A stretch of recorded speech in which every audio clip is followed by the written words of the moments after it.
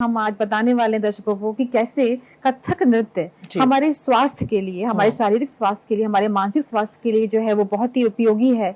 इसके बारे में हम फर्दर चर्चा करेंगे। तो कैसे आपके दिमाग में ये मन में विचार आया कि हम इस नजरिए से भी देखें? आपने कहीं कोई ऐसी कोई बुक या कोई शास्त्र पढ़ा था जहाँ ये वर्णित हो कि जो कथक नृत्य है इसका हमारे शारीरिक स्वास्थ्य या मानसिक स्वास्थ्य संबंध है?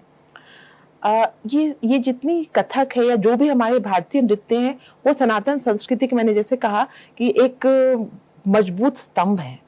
तो जब मैं कर रही थी तो एक बार ऐसा हुआ कि आज से 15 वर्ष, मैं तो 2.5 वर्ष की उम्र से नृत्य सीख रही हूँ, लेकिन 15 वर्ष पहले चिकित्सकों ने कहा कि आपको कुछ शारीरिक परेशानी है तो आप नृत्य अभी मत करिए। तो मैंने कहा कि नृत्य से तो ऐसा संबंध है कि न चाहते हुए भी मुझे करना पड़ेगा, क्योंकि ये कहीं ना कहीं से एक स्पिरिचुअलिज्म आता है, मेरा कनेक्शन उसके साथ है, तो नृत्य तो करना पड़ेगा। मैं सोचती हूँ कैसे करूँ, कैसे मैं करूँ कि अपने शरीर को भी ज्यादा वो परेशानी ना हो और मैं कर पाऊँ। तो उसके बाद मैंने पढ़ाई की, तो उसमें ये दिया हुआ है कि जब भगवान शिव ने नृत्य किया तो उसमें उन्होंने 108 मुद्राएं बनाई। उसमें से कुछ नृत्य में आ गए। तो ये भी कहीं 108 से जुड़ा हुआ है, नंबर 108 नंबर जुड़ा हुआ है। ये हमारी आप नृत्य एक ऐसी, मतलब नृत्य एक ऐसी विधा है जिसमें कि आप जितना डूबिएगा उतना खो जाइएगा।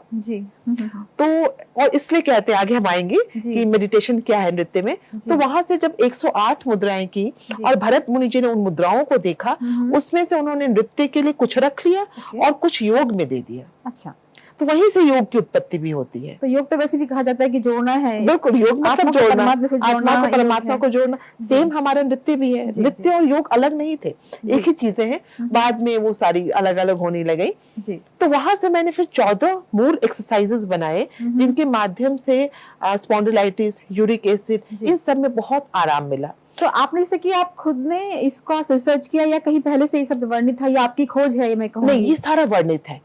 हम आज जो भी कुछ कर रहे हैं इस भारतवर्ष में सब लिखा जा चुका है।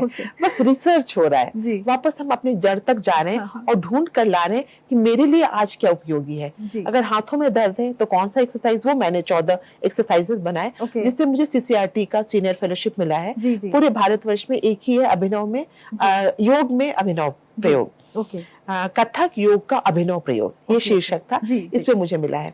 तो ये सारी विधाएं मैंने की और आज आपको जानकर आश्चर्य लगेगा कि सबसे सीनियर स्टूडेंट मेरे पास है 76 ईयर की। तो यह चमत्कार नहीं होता है, ये आपके खुद से मिलन होता है। तो ये इसके माध्यम से आप सबसे पहले हैप्पीनेस आता है आपके पास में और वहां से आपकी जो परेशानियां हैं वो दूर होने लगती है।